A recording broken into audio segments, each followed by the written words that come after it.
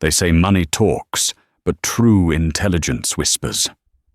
Marcus Sterling, a man worth $6 billion, walked into the Kensington Club thinking he owned the room. He thought the woman pouring his water was just background noise, someone too poor to understand his world of high-stakes finance. He laughed at her, belittled her, and treated her like furniture. He didn't know that the ignorant waitress held a secret that could bring his entire empire crashing down. When she finally opened her mouth to correct him, the silence was louder than a scream. This is the story of how a billionaire learned the hardest lesson of his life. Never underestimate the person serving your food. The Kensington Club on Manhattan's Upper East Side didn't just smell like money, it smelled like old money. It was a scent composed of mahogany, beeswax, truffle oil, and the distinct metallic tang of exclusion. For Sarah Vance, that smell was the perfume of her daily purgatory. Sarah adjusted the collar of her stiff white shirt in the server's reflection of a silver platter. Her name tag, slightly crooked, read simply, Sarah. No last name. To the clientele here, she didn't need a last name. She didn't have a history, a degree, or a soul. She was a pair of floating hands that delivered beef Wellington and refilled crystal tumblers with sparkling water. Table 4 needs a wipe.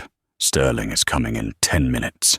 The maître d', a nervous, ferret-like man named Julian, hissed into her ear, and Sarah, try to look less tired. Mr. Sterling prefers a vibrant atmosphere. Understood, Julian, Sarah said, her voice low and steady.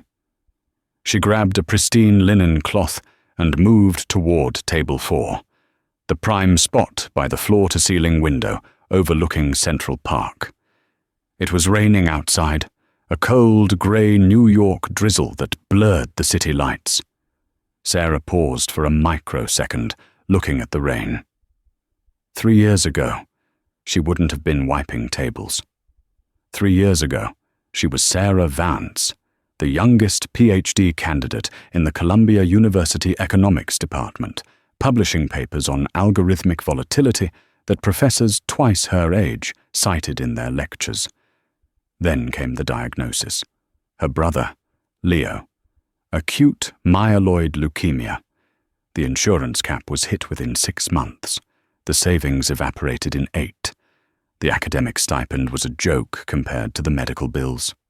So, Sarah Vance, the prodigy, became Sarah, the waitress at the city's most expensive restaurant, where the tips from a single night could cover a week of chemotherapy. She pushed the memory down.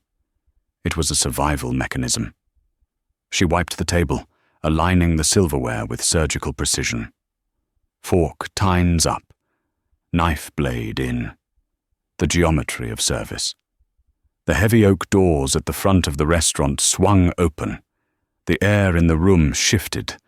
It was a physical change, a vacuum created by the arrival of immense power. Marcus Sterling entered. He was taller than he looked in the magazines, broader in the shoulders.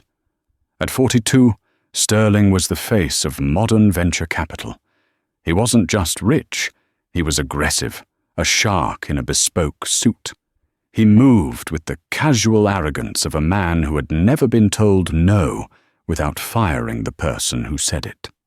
Flanking him were 2 younger men, associates in identical blue suits, clutching leather folios like shields. They were the sycophants, the yes men, David and Greg, if Sarah remembered correctly from their last visit. "I want the 82 Petrus," Sterling announced before he had even sat down. His voice carried, booming slightly, designed to be heard by the entire room.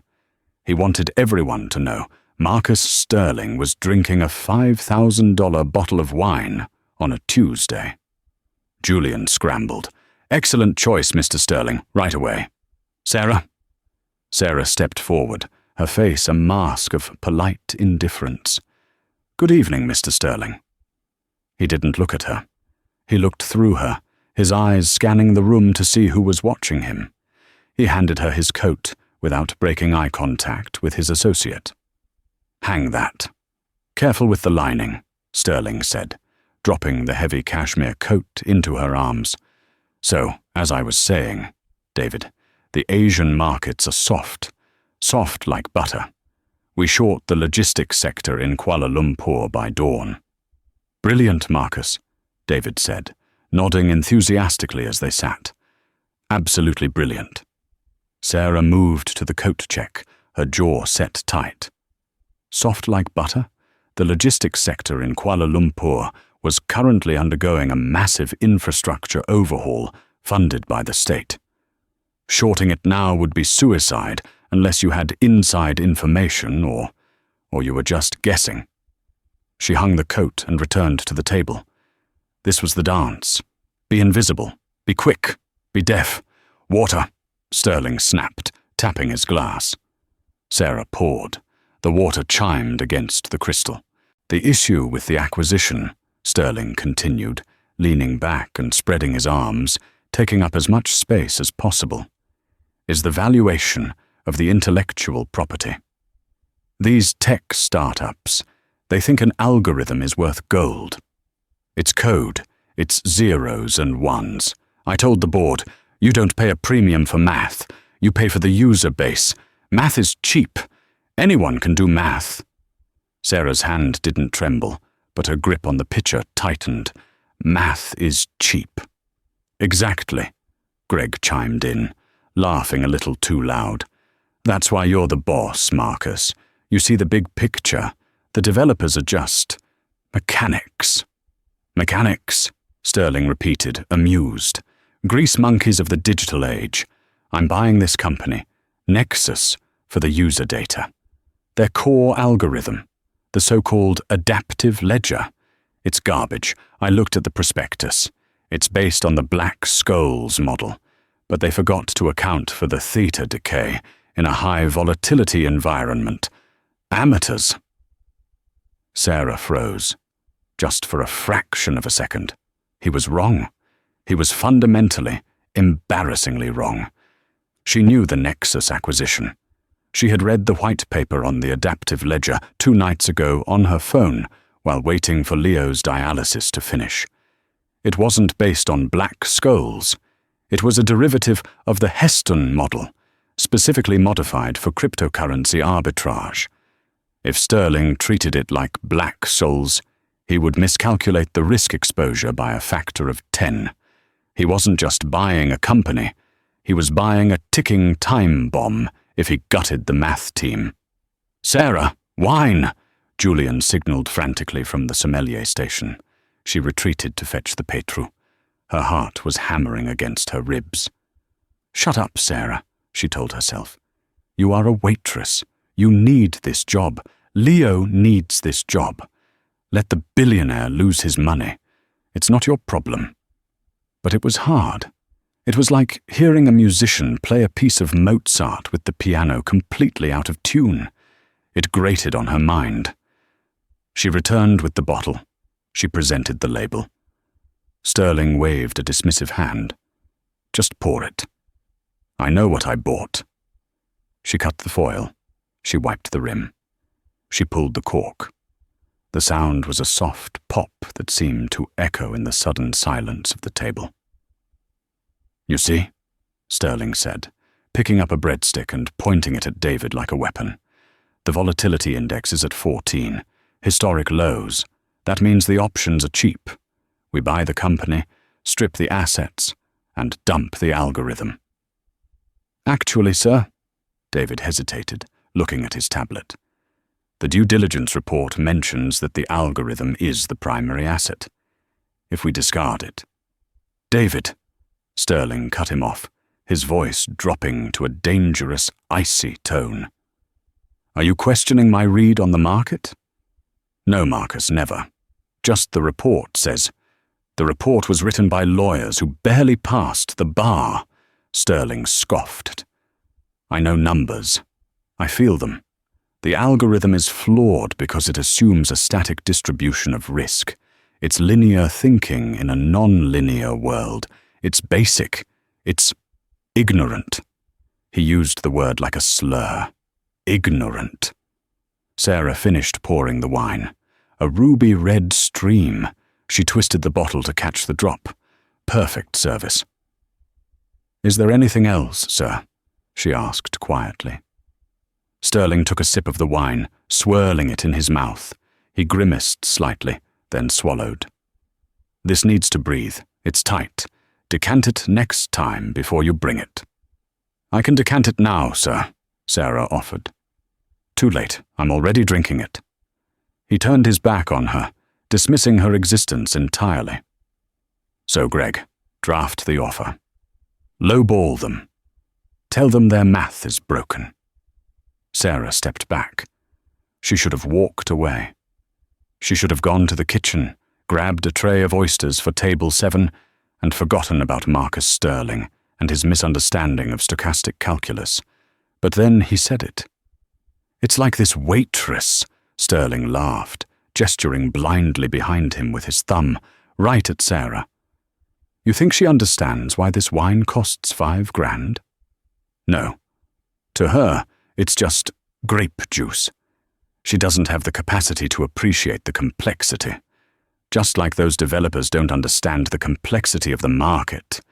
Some people are born to serve, and some are born to lead. It's biology." The associates laughed, a cruel, sycophantic chuckle. The blood rushed to Sarah's ears. It wasn't the insult to her station. She was used to that. It was the intellectual arrogance, the absolute, unearned confidence of a man who was about to drive $100 million merger off a cliff because he didn't understand the difference between linear and non-linear variance. She stopped. She turned around. Julian, watching from the shadows, widened his eyes in horror. He made a cut-it-out motion across his throat. Sarah didn't see him. She looked at the back of Marcus Sterling's head. "I'm sorry, sir," Sarah said. Her voice wasn't loud, but it was clear, cutting through the ambient jazz music like a razor. The table went silent. Sterling stopped chewing his breadstick. He turned slowly in his chair, a look of baffled amusement on his face. He looked at her as if a lamp had just spoken to him. "Excuse me?" Sterling asked, a smirk playing on his lips. "Did you say something?" Sarah clutched the empty wine bottle against her chest. Her heart was a drum, but her mind was cold, sharp, and ready. "I did," she said. The silence that descended on table 4 was heavy, the kind of silence that usually precedes a firing or a lawsuit. The clinking of silverware from other tables seemed to fade away. Marcus Sterling looked at Sarah with a mixture of curiosity and disdain. He leaned back, draping one arm over the chair, opening his posture to expose her to the ridicule of his peers. "Well," he prompted, his voice dripping with mock politeness. "Don't keep us in suspense. You were sorry about something? Did you forget the bread? Or perhaps you realized this wine is actually corked?" David and Greg smirked, exchanging glances. They were ready to watch the show. The Billionaire versus the Help. "I'm sorry," Sarah repeated, her voice steadying as she locked eyes with him. "But you're wrong about the Nexus algorithm." The smile vanished from Sterling's face.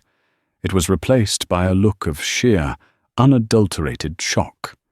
It wasn't anger yet, it was confusion. It was as if she had started speaking fluent Latin. "I beg your pardon?" Sterling blinked. "The adaptive ledger," Sarah continued, her hands trembling slightly but her voice firm. "You said it's based on the Black-Scholes model and fails to account for theta decay. That's incorrect. The Nexus protocol utilizes a modified Heston stochastic volatility model. It doesn't assume constant volatility. In fact, it specifically targets non-linear variance clusters. If you value it using linear assumptions, as you suggested, you won't just lowball them. You'll misinterpret the asset's hedging capability. You'll be buying a Ferrari and trying to drive it with lawnmower fuel. Silence. Absolute, dead silence. David's mouth hung slightly open. Greg looked from Sarah to Sterling, terrified. Sterling stared at her. His eyes narrowed, analyzing her, stripping away the apron and the white shirt, trying to figure out what kind of prank this was. "Who are you?" Sterling whispered. The volume was low, but the intensity was terrifying. "I'm your waitress," Sarah said. "Would you like to see the dessert menu?" She tried to pivot, to escape. She had said her piece. She had scratched the itch. Now she needed to flee before the explosion. "Stay right there," Sterling barked. He slammed his hand on the table, making the silverware jump. "You don't get to drop a thesis on stochastic volatility and then ask about dessert. Where did you hear that? Did you overhear someone? Is someone from Nexus feeding you lines?" He looked around the restaurant, paranoid, expecting a rival investor to pop out from behind a fern. "No one is feeding me lines, Mr. Sterling," Sarah said, standing her ground. "I read the white paper. It's public domain if you know where to look." "You read the white paper." Sterling let out a short, incredulous laugh. "A waitress reading complex financial derivatives documents. And you expect me to believe you understood it?" "I understood it well enough to know you're about to lose $30 million on the opening spread," Sarah replied coolly. Sterling's face turned a shade of crimson that matched the Petrus. He wasn't used to being corrected. He certainly wasn't used to being corrected by someone wearing an apron. And he absolutely couldn't handle being corrected in front of his subordinates. "Pull up a chair," Sterling commanded. "Sir, I have other tables." "I said, pull up a chair," he shouted. The entire restaurant turned to look. Julian, the manager, came running over, sweating profusely. "Mr. Sterling, is there a problem? I can have this server removed immediately." "Shut up, Julian," Sterling snapped without looking at him. "Get her a chair, now." Julian, looking like he was about to faint, grabbed a spare chair and placed it at the end of the table. "Sit," Sterling ordered Sarah. Sarah hesitated. This was it. This was the moment she got fired. But if she backed down now, he would think he was right. And more importantly, he would think she was just a parrot repeating words she didn't understand. Her pride, long dormant, flared up. She sat. She sat with a straight back, placing her hands on her lap. "You think you're smart?" Sterling leaned in, his eyes predatory. "You think because you memorized a few buzzwords you can embarrass me. Let's test this Heston model theory. If the mean reversion rate in the algorithm is set to 0.5, what happens to the implied volatility surface when the spot price drops by 10%? It was a trap, a complex mental calculation that most analysts would need a spreadsheet to solve. He was trying to crush her. He wanted her to stutter, to cry, to admit she was a fraud. Sarah didn't blink. She visualized the equation. Diva ta ho wa shahana kappa, da theta, vete dita plus our sigma dos our squat, our vas di yarula tas. If the mean reversion is 0.5, Sarah said, her eyes losing focus as she calculated, and you have a 10% drop in spot price, the skew will steepen significantly on the put side. However, because it's a Heston model, the volatility of volatility, the vol of vol, will cushion the crash. The surface doesn't just shift up, it twists. The implied volatility would increase by approximately 2.4 percentage points, assuming a correlation coefficient of negative 0.7. She looked back at Sterling, which, incidentally, is exactly why your soft-like-butter theory on the Asian logistics sector is risky. You're ignoring the correlation skew. Sterling stared at her. His mouth was a tight line. He looked at David. "Check that." "Now." David fumbled with his tablet, his fingers flying across the screen. He opened a modeling app, punching in the numbers Sarah had just recited. Sweat was beading on his forehead. "Well?" Sterling demanded. David looked up, his face pale. "She's right, Marcus. The simulation shows a 2.38% increase. It's exactly what she said." Sterling turned back to Sarah. The look in his eyes changed. The anger was still there, but now it was mixed with something else. Fear? Intrigue? Or perhaps the realization that the furniture had just outsmarted him.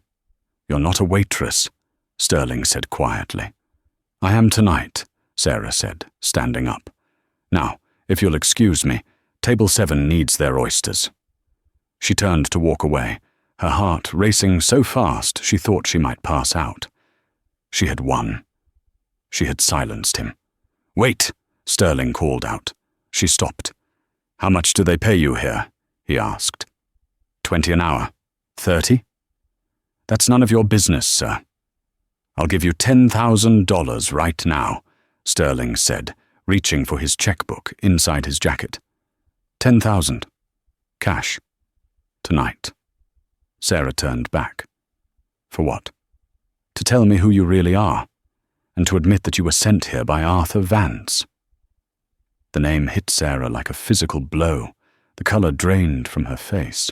Arthur Vance, the CEO of Vance Halloway, her father, the man who had disowned her and her brother when they refused to follow his path, the man who was currently Marcus Sterling's biggest rival. Sterling saw her reaction. He saw the flinch, a shark smelling blood. "Ah," Sterling smiled, a cruel, triumphant smile. "I knew it. You have the look. You're a spy. A corporate spy planted by Arthur to feed me bad data, or maybe to gather dirt." "I am not a spy," Sarah said, her voice shaking with suppressed emotion. "And I don't speak to Arthur Vance." "Liar!" Sterling spat. He stood up, towering over her. "You think you can play me?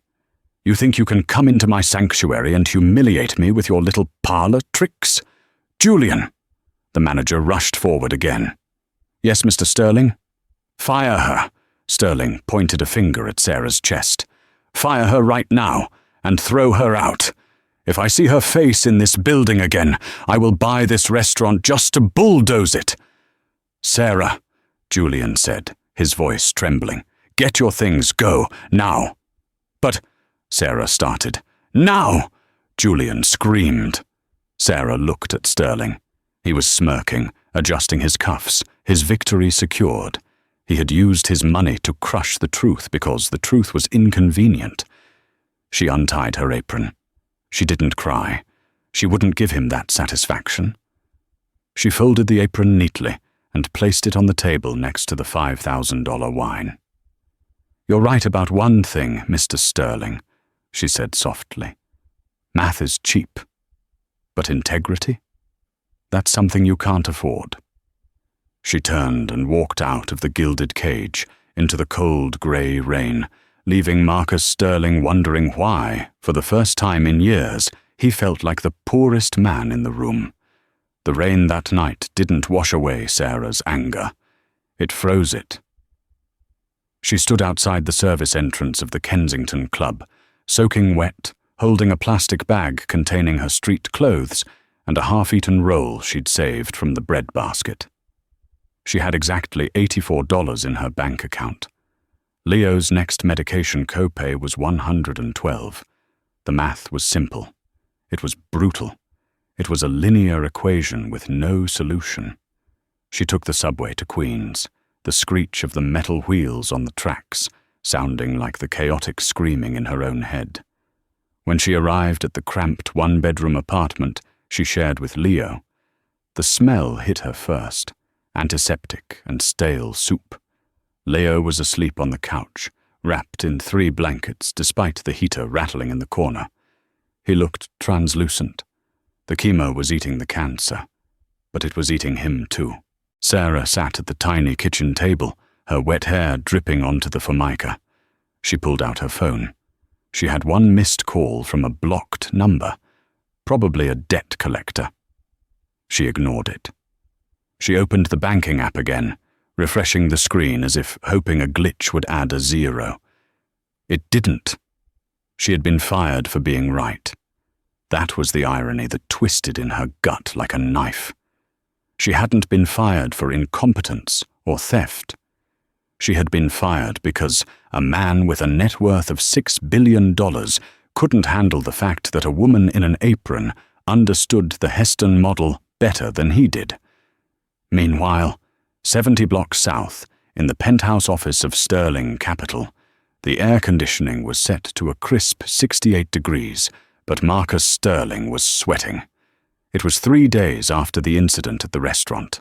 The Nexus acquisition had closed, the papers were signed, the champagne had been popped, and now the market was opening in Tokyo. "Talk to me, Greg," Marcus barked, pacing the length of his mahogany boardroom. The wall was a massive screen displaying real-time analytics from the Asian markets. Why is the volatility index flashing red? Greg, the associate who had laughed at the ignorant waitress, was currently typing so furiously his knuckles were white. "I don't know, Marcus. The logistics sector in Kuala Lumpur didn't drop. It rallied. The government announced a subsidy package an hour ago." "A subsidy?" Marcus stopped pacing. "That wasn't in the briefing." "It was rumored," David chimed in, his voice trembling. "But we bet against it. We shorted the sector." "Fine." Marcus waved a hand dismissively. "We take a hit on the logistics short. It's a scratch. Focus on the Nexus integration. Turn on the adaptive ledger. Let the algorithm hedge our exposure. That's why we bought it." "Initiating the ledger now," Greg said. He hit a key.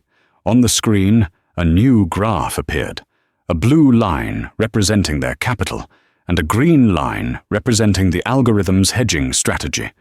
For 10 minutes, it was beautiful. The algorithm predicted the market shifts perfectly. The blue line ticked up. Marcus poured himself a scotch, his confidence returning. "See?" Marcus smirked, pointing at the screen. "Soft like butter. That waitress, she was just trying to scare us. Non-linear variance clusters. Please. It's behaving exactly like a standard black skulls predict." The sentence died in his throat. On the screen, the green line didn't just dip. It fell off a cliff. "What is that?" Marcus whispered. "Sir," Greg's voice cracked.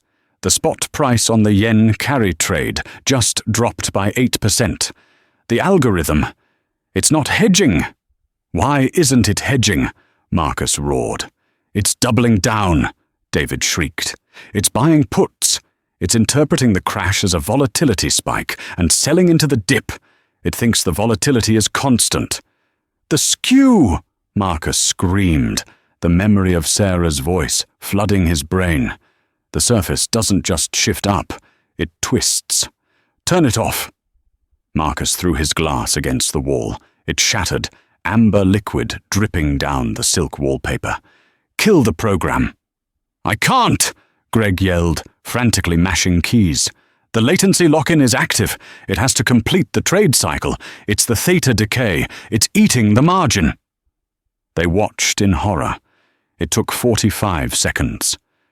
In the high-speed world of algorithmic trading, 45 seconds is a lifetime. It is enough time for empires to rise and fall. When the blue line finally flattened, the room was silent. Marcus stared at the total loss counter in the corner of the screen. 42,000. $42 million. Vaporized. Gone in the time it took to drink a glass of water. Marcus sank into his leather chair. He felt faint. It wasn't just the money. He had lost money before. It was how he lost it. He lost it exactly the way she said he would. If you value it using linear assumptions, you won't just lowball them. You'll be buying a Ferrari and trying to drive it with lawnmower fuel. "Get Julian on the phone," Marcus said, his voice a hollow rasp. "Who?" David asked, dazed. "The manager at the Kensington Club." Marcus looked up, his eyes burning with a desperate, manic intensity. I need to find that waitress. Finding Sarah Vance was not as easy as finding a stock ticker. She was a ghost. Marcus sat in the back of his Maybach, parked outside a crumbling brick tenement in Queens. It had taken his private security team 48 hours to track her down. Julian had no records. She was paid in cash under the table, a common practice for trial shifts that lasted months. No last name on the roster. But Marcus Sterling was a man who had resources. He had the security footage from the restaurant. He ran facial recognition. It flagged a match from a 3-year-old academic database at Columbia University. Sarah Vance, PhD candidate. Thesis: stochastic volatility in high-frequency trading environments. And then, the kicker. The piece of information that made Marcus's blood run cold. Father, Arthur Vance. Marcus looked out the tinted window at the building. It was a dump. Peeling paint, rusted fire escapes, trash piling up on the sidewalk. This was where the daughter of his billionaire rival lived? It didn't make sense. Arthur Vance lived in a penthouse on Park Avenue. Why was his daughter living in squalor? "Sir, are you sure you want to go in alone?" His head of security, a massive man named Thorne, asked from the front seat. "Stay here," Marcus said. He opened the door and stepped out. He wore a dark coat, trying to blend in, but his Italian leather shoes gleamed offensively against the cracked pavement. He walked into the building. The lobby smelled of damp wool and old cigarettes. The elevator was out of order. He walked up 4 flights of stairs. Apartment 4B. He hesitated before knocking. He was Marcus Sterling. He broke companies for breakfast. But standing in front of this chipped blue door, he felt a strange hesitation. He was about to beg. He knocked. No answer. He knocked again, harder. "Who is it?" Sarah's voice came from inside. It sounded tired. "It's Marcus Sterling." Silence. Long, heavy silence. Then the sound of a chain sliding, a deadbolt turning. The door opened 3 inches. Sarah stood there. She wasn't wearing the crisp white shirt anymore. She wore oversized sweatpants and a faded t-shirt. Her hair was pulled back in a messy bun. Her eyes were rimmed with red.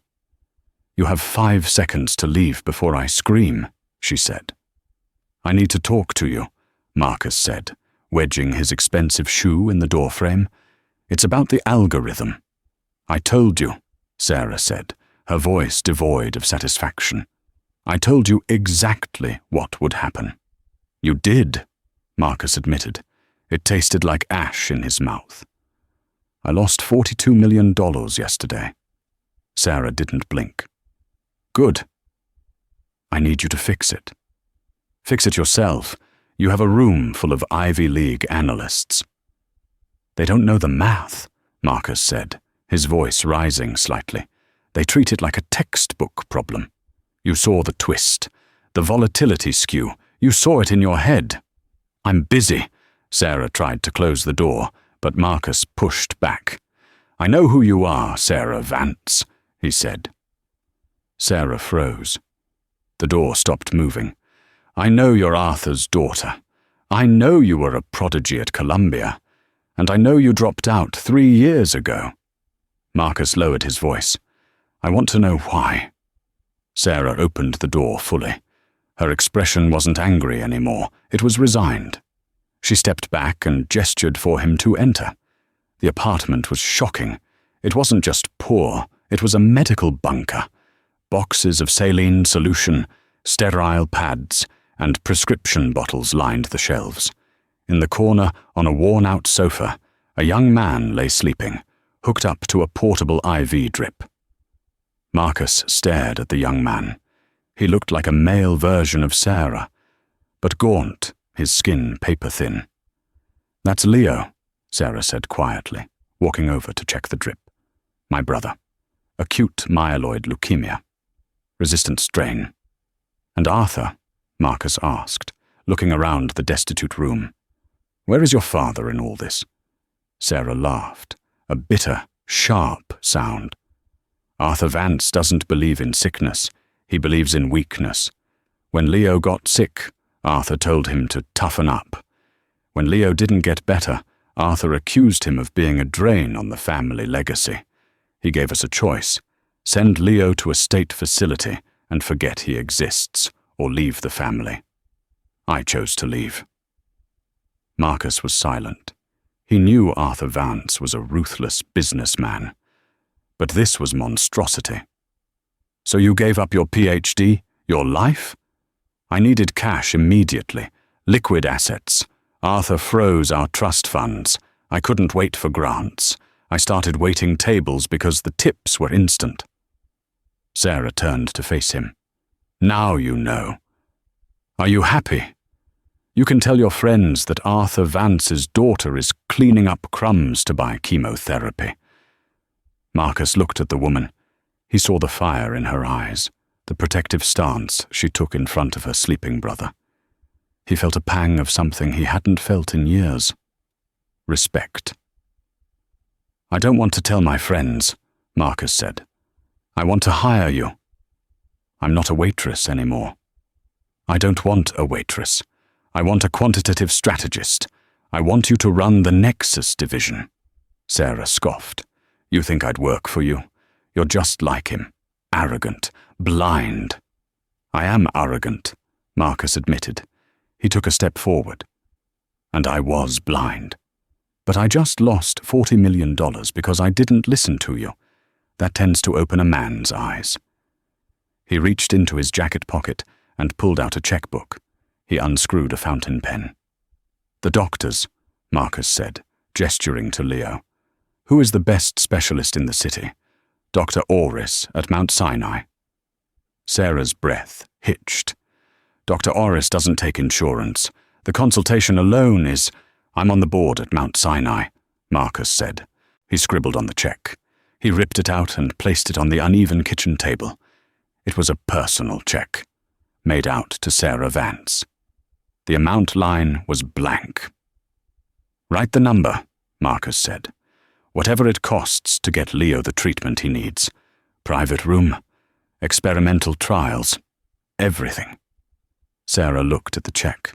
Her hands were shaking. This was life. This was Leo's life, sitting on a piece of paper. "What do you want in return?" she whispered. "The code," Marcus said, his eyes hard again. "The Nexus algorithm didn't just fail, Sarah. It was sabotaged. I need you to find out how, and I need you to destroy the person who did it." Sarah looked up. Sabotaged? The theta decay shouldn't have triggered a buy order. Even with the linear assumption, it should have just stalled. Someone altered the source code before the sale. Someone wanted Sterling Capital to bleed. Sarah looked at the sleeping form of her brother. Then she looked at the blank check. Then she looked at Marcus Sterling. "I'll do it," she said, "but not for the check." "Then for what?" "I take the check for Leo," she said, snatching the paper. "But for me, I want full autonomy. No yes men. No David, no Greg. I report to you, and only you. And if I find out you're lying to me, I will crash your system so hard you'll be begging for bankruptcy." Marcus smiled. It was the first genuine smile he had worn in days. "Deal," he said. "Get your coat, Sarah. We have work to do." Walking into Sterling Capital with Sarah Vance was like walking a wolf into a dog show. She was wearing a suit Marcus had had his assistant rush order. Navy blue, sharp, professional. But it was the way she walked that changed. Gone was the subservient shuffle of the waitress. She walked with the stride of a Columbia academic who knew she was the smartest person in the building. The trading floor went silent as they passed. David and Greg, huddled by the coffee machine, dropped their cups. "Is that—" Greg whispered. "Gather the team," Marcus announced, ignoring them. "Conference room A, 5 minutes." In the conference room, the atmosphere was toxic. The losses from the previous day were still bleeding on the screens. The analysts looked exhausted and defeated. Sarah stood at the head of the table, Marcus to her right. "This is Sarah Vance," Marcus said. "She is the new head of algorithmic risk. Anything she says is the word of God. If you have a problem with that, HR is on the 4th floor." David raised his hand, his face red. "Marcus, this is insane. She served us breadsticks 3 days ago. And 3 days ago, you lost me $40 million while she predicted the crash down to the decimal point," Marcus snapped. "Sit down, David." Sarah didn't waste time on pleasantries. She plugged her laptop into the main server. "Pull up the source code for the adaptive ledger," she commanded. The code scrolled down the massive screen, thousands of lines of Python and C++. "Stop," Sarah said. "Scroll back up, line 4022. The operator scrolled back. "There," Sarah pointed. "Hidden inside the volatility subroutine. Do you see it?" The analysts squinted. "If market volatility. 18, now execute function, Jenkins protocol." "Jenkins protocol?" Greg frowned. "What is that? That's not standard library." "Exactly," Sarah said. She began typing rapidly. "It's a ghost command. It tells the system that when volatility spikes, instead of hedging, it should invert the position. It's a suicide switch." "Who put it there?" Marcus asked, his voice low and dangerous. Sarah opened a command prompt. She traced the edit history. The logs were scrubbed, encrypted. Most analysts would have hit a dead end. But Sarah knew this architecture. She had studied the early versions of this code during her PhD. "The edit was made 4 months ago," Sarah said, her eyes scanning the hex data. "From an external IP address. It was masked through a VPN in the Caymans, but they made a mistake. They left a digital signature in the metadata of the commit packet." She hit enter. A name popped up on the screen. Not a name, but a handle. "User, Architect.01. Sarah's face went pale. She stopped typing. "What?" Marcus leaned over her shoulder. "Who is Architect.01? Sarah stared at the screen. Her breathing became shallow. "I know this handle." "Who is it?" "It's not a hacker," Sarah whispered. "It's the original author of the Heston modification, the man who wrote the white paper I read." "So, who is he?" Sarah turned to Marcus. "It's not a he. It's a handle used by a private consultancy firm that specializes in corporate sabotage. They don't just write code, they weaponize it." "And who hired them?" Sarah hesitated. She knew. She felt it in her bones. The cruelty of the trap, the elegance of the destruction. It had her father's fingerprints all over it. Arthur Vance wouldn't just want to beat Sterling. He would want to humiliate him. He would sell him a company that was designed to self-destruct. But if she said it, if she accused her father, she would be starting a war that could destroy the only family she had left. If Arthur went down, the family trust, the money that could essentially guarantee Leo's future even if the check cleared, would be frozen by the feds. "Sarah," Marcus pressed, "who hired them?" She made a choice. She would fight, but she would fight on her terms. "I can't prove who hired them yet," Sarah lied. "But I know how to reverse it. The Jenkins protocol relies on a loop. If we feed the loop false data, if we tell the system that volatility is actually 0, it will unlock the hedge. We can recover the losses." "Do it," Marcus said. "But there's a catch," Sarah said. "To inject false data, we have to bypass the exchange's firewall. It's illegal. Technically, it's market manipulation. If we get caught, we don't just lose money. We go to prison." The room went deadly silent. Marcus looked at the screen. The red line was still dipping. Another 2 million gone. He looked at Sarah. She wasn't flinching. She was offering him a weapon, but warning him it was loaded. They sabotaged us first, Marcus reasoned, the shark surfacing. We're just correcting the error. That's one way to look at it, Sarah said. Or we're committing a felony to save your ego. And your brother's hospital wing, Marcus reminded her softly. It was a low blow, but it was effective. I need verbal authorization, Sarah said, her fingers hovering over the enter key. I need you to say it, Marcus. Everyone in this room hears it. You are ordering this. Marcus looked at his reflection in the glass table. He saw the billionaire, the genius, the golden boy, and he saw the desperation. Execute the override, Marcus said. Sarah hit enter. On the screen, the code flashed green. Jenkins protocol, terminated. Hedge, active. The graph froze. Then, slowly, the blue line began to tick upward. The bleeding stopped. The money started flowing back in. The room erupted in cheers. David and Greg were high-fiving, but Sarah didn't cheer. She watched the code stream. She had saved the company. She had saved Leo. But as she watched the data stream, she noticed something else. A subroutine that triggered when the Jenkins protocol was deleted. A silent message sent back to the source. Ping sent to 192.168.XX, Vance Global Headquarters. Her father knew. He knew the trap had been sprung, and he knew someone had disarmed it. Sarah closed the laptop. Good job, Marcus said, placing a hand on her shoulder. He felt electric, victorious. You're a miracle worker, Sarah. I'm not a miracle worker, Sarah said, pulling away from his touch.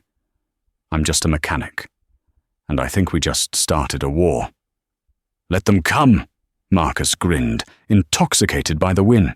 We have the best math in the world. Sarah looked at him, seeing the arrogance returning, the lesson already fading. It's not about math anymore, Marcus, she said ominously. Now it's personal. As she walked out of the conference room, her phone buzzed. It was a text message. Unknown number. Smart move, Sarah. But can you calculate the cost of betrayal? Dad. She stared at the phone. The game had just changed. It wasn't about stocks anymore. It was about survival. The war didn't start with an explosion. It started with a subpoena. 2 weeks after the Jenkins protocol incident, Sterling Capital was flying high. The illegal firewall patch Sarah had engineered to save the company had worked seamlessly. The data looked clean, the stock was up 12%, and Marcus Sterling was back on top of the world. He had moved Sarah out of the cramped cubicle and into the office next to his. He had Leo transferred to a private suite at Mount Sinai. For the first time in years, Sarah saw color returning to her brother's cheeks. But she couldn't sleep. She kept waiting for the other shoe to drop. It dropped on a Tuesday morning. The elevator doors opened, and Arthur Vance marched onto the trading floor, flanked by a phalanx of stone-faced lawyers. He wasn't just a rival. He was a shark smelling blood. Arthur, Marcus called out, stepping from his office. To what do I owe the pleasure? I believe you're trespassing. I'm visiting my daughter, Arthur said smoothly, his voice carrying across the silent floor. He looked at Sarah, who stood frozen in her doorway. You look expensive, Sarah. Marcus dresses his pets well. I'm not his pet, Sarah said, her voice trembling but firm.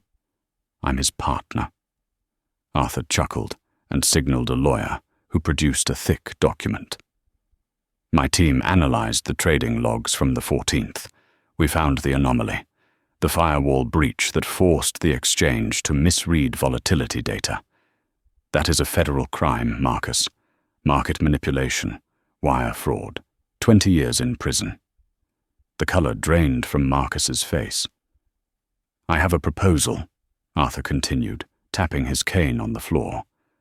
Sign over controlling interest in Sterling Capital to Vance Global by $5 p.m. If you do, the evidence disappears. It becomes a server synchronization error. You walk away rich. But if you refuse—" He turned his cold gaze to Sarah. "The FBI raids this building tomorrow morning, and since Sarah executed the code, she'll be the first one in handcuffs. I'm willing to let her rot to teach her a lesson about loyalty." The room was deathly silent. Everyone looked at Marcus. He was being asked to give up his life's work, his legacy, his name, to save his employee. "Come home, Sarah," Arthur added softly. "Testify against him. I'll get you immunity. You can have your trust fund back. Leo gets the best care in the world. Just walk away from this amateur." It was the ultimate squeeze. Sarah looked at Marcus. He had built this company from nothing. He lived for it. "Marcus," she whispered. Marcus looked at Arthur, then at Sarah. He saw the woman who had scrubbed tables to save her brother, the woman who had risked her freedom to save his reputation. "Get out," Marcus said quietly. "Excuse me?" Arthur raised an eyebrow. "I said get out of my building," Marcus roared, stepping between Arthur and Sarah. "She risked everything to fix the mess you created. I'm not trading her. Not for $1 billion. Arthur's face hardened. "Very well. The FBI will be here at 9 a.m. Say goodbye to your brother, Sarah. He won't survive your prison term." Arthur turned and marched out. When the elevator doors closed, Sarah dragged Marcus into her office and slammed the door. "Are you insane?" she hissed, tears spilling over. "You can't fight the SEC. He has the logs. He'll destroy you." "He was going to destroy me anyway," Marcus said grimly. "At least this way, I keep my dignity." "Dignity doesn't pay for Leo's chemo," Sarah shouted. "I can't go to jail, Marcus." "You're not going to jail. I'll take the fall." "No," Sarah wiped her face. Her panic was receding, replaced by the cold, hard logic of the Heston model. Something Arthur said didn't add up. "He showed his hand," Sarah whispered. "He said his team found the breach, but the code was encrypted with a polymorphic key. It changes every second. It's mathematically impossible to detect it retroactively unless you have the original key," Marcus realized, his eyes widening. "Exactly. He didn't just find it. He was watching us the whole time." Sarah scrambled to her computer. "When I deleted the Jenkins protocol, I saw a ping back to Vance Global. I thought it was an alert, but it was a tunnel." She pulled up the network schematics. "Arthur's arrogance is his variable. He installed a back door to watch us fail, but he never closed it. He's still connected to our network." She looked up at Marcus, a dangerous, predatory glint in her eyes. "Marcus, do we still have the supercomputing cluster idle?" "Yes. Why?" "Arthur is pointing a pistol at us," Sarah said, her fingers hovering over the keyboard. "But he forgot he's standing on a landmine. I can trace that tunnel back to his personal server, the one where he keeps the real books." "That's hacking," Marcus warned. "That's definitely illegal." "It's not hacking," Sarah corrected him, a small smile playing on her lips. "He's trespassing on our network. I'm just running a security audit. And if that audit happens to download his entire encrypted drive, well, that's just business." Marcus looked at her. The waitress was gone. "Do it," he said. The server room hummed like a dying engine. Sarah and Marcus sat on the floor, watching the progress bar crawl to 100%. "Got it," Sarah whispered. She opened the decrypted folder. It was Pandora's box. Arthur Vance's arrogance had been his undoing. He had monitored their illegal fix through a back door, but failed to close the connection. Sarah had just pulled the entire contents of his private mainframe. It wasn't just the sabotage of Sterling Capital. It was decades of bribery, money laundering, and market manipulation. "He owns half the Senate," Marcus said, pale. It's 8:55 a.m. The FBI is 5 minutes away. We don't need the FBI, Sarah said, grabbing a tablet. We just need a meeting. They met Arthur Vance in the marble lobby. He arrived flanked by federal agents, looking triumphant. Time's up, Marcus, Arthur announced, his voice echoing. Officers, take them into custody. 2 agents stepped forward. Marcus braced himself, but Sarah stepped in front of him. Wait, she said. I'm not begging, Dad. I'm negotiating. She shoved the tablet into his chest. On the screen was a single PDF, a transfer order for $50 million to an offshore account linked to the chairman of the SEC, dated 3 days ago. Arthur's cane slipped in his hand. Where did you get this? You left a digital tunnel open, Sarah said coldly. I downloaded everything, the bribes, the sabotage, and I've set up a dead man's switch. If Marcus or I are arrested, this entire drive is automatically emailed to the New York Times and Interpol. You'll be in prison by lunch. Arthur stared at her, then at the agents he had manipulated. He realized he was standing on a landmine. What do you want? He hissed. Drop the investigation. Admit the glitch was your error. Step down as CEO of Vance Global, Sarah commanded, and release Leo's trust fund, in full. Today. Arthur hesitated, looking for a way out. There was none. He turned to the confused agents. There has been a mistake, Arthur snapped, his voice tight. My internal audit found the error was on our end. Tear up the warrant. He looked at Sarah one last time, not with love, but with fear. You're smarter than I thought. I know, Sarah replied. I'm a waitress. We learn to multitask. Arthur turned and walked away, a defeated man in a crumbling empire. 6 months later, the Kensington Club was bustling. Marcus Sterling walked in, relaxed and tireless, accompanied by Sarah Vance. She wore an emerald dress that radiated power. Julian, the manager, bowed low. Table 4, Ms. Vance. Sarah walked to the table, where a terrified young server named Emily was wiping a water ring. Emily flinched, expecting a reprimand. It's okay, Sarah smiled gently. Biology student? I saw your textbook in the coat check. Yes, ma'am, Emily stammered. Sarah handed her a business card. Sarah Vance, partner, Sterling and Vance Capital. Biology is complex systems. We like complex systems. Call me when you graduate. Sarah sat down opposite Marcus. He poured the water himself. They had rebuilt the firm, not on arrogance, but on the math of reality. Sarah raised her glass. To ignorance. Marcus clinked his glass against hers, smiling.